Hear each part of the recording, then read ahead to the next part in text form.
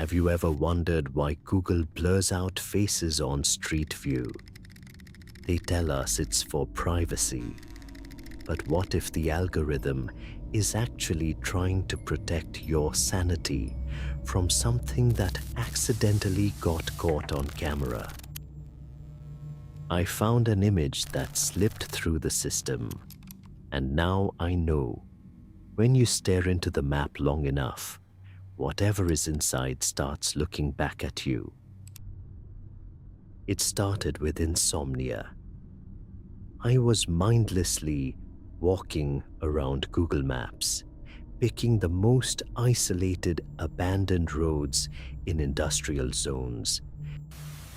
In one of those dead ends, where old asphalt gives way to gravel and stops at a long concrete wall, there was nothing special at all. Just a dull, overcast day, rusty garages, withered grass by the curb. The most unremarkable, dreary landscape imaginable. The only strange detail in the middle of all this emptiness was a person. He was standing right on the road, his back to the camera. I clicked the arrow to take a step forward. The image updated, and the figure was instantly turned toward me. I zoomed in and froze. It was a humanoid creature, but entirely wrong and distorted, deathly pale, with a freakishly disproportionate body. Its arms hung almost to the ground, and its elbows and knees were bent at unnatural angles, as if the bones inside had been shattered and fused back together incorrectly. Its head rested on a thin neck severely tilted to the side, and its face was smooth and featureless, except for a huge, twisted mouth. It didn't move. Nothing moves on Google Street View. They're just static photos. But I noticed an anomaly. The shadow from the fence fell to the left, as if the sun were on the right, but the creature's shadow stretched toward the camera, as if the light source were sitting right behind my screen. I hit the back arrow to return to the previous frame, where its back was turned. The page reloaded, but it wasn't facing away anymore. On the previous frame, it was now looking right at me too.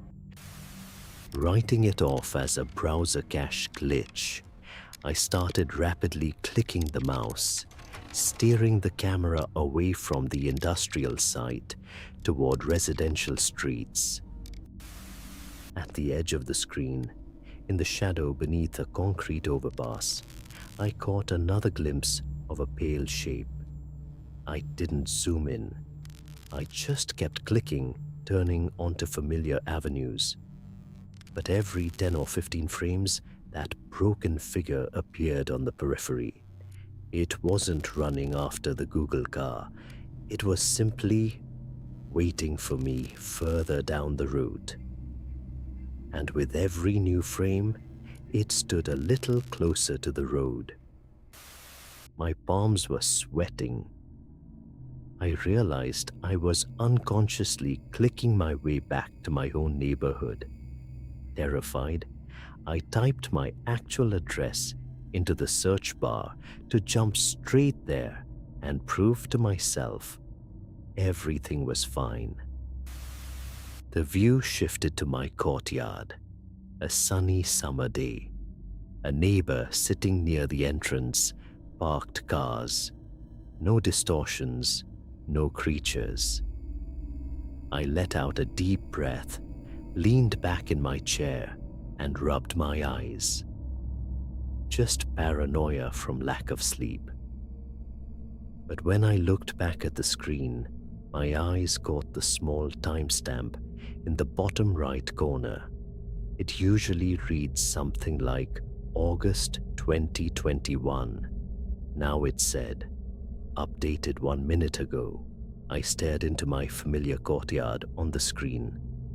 The neighbor was gone. The sky had turned a flat, dull grey, and standing in the shadows right beneath my balcony was that pale, broken thing. Its empty face and crooked neck were tilted upward, staring straight into the window of my apartment. I'm sitting on the second floor, right now, in this exact room. My blinds are open, and it's pitch black outside. I'm terrified to move, terrified to walk over to the window and look down. Because if the map is to be believed, it's standing down there right now. And I don't know how long I have before the algorithm updates to my hallway.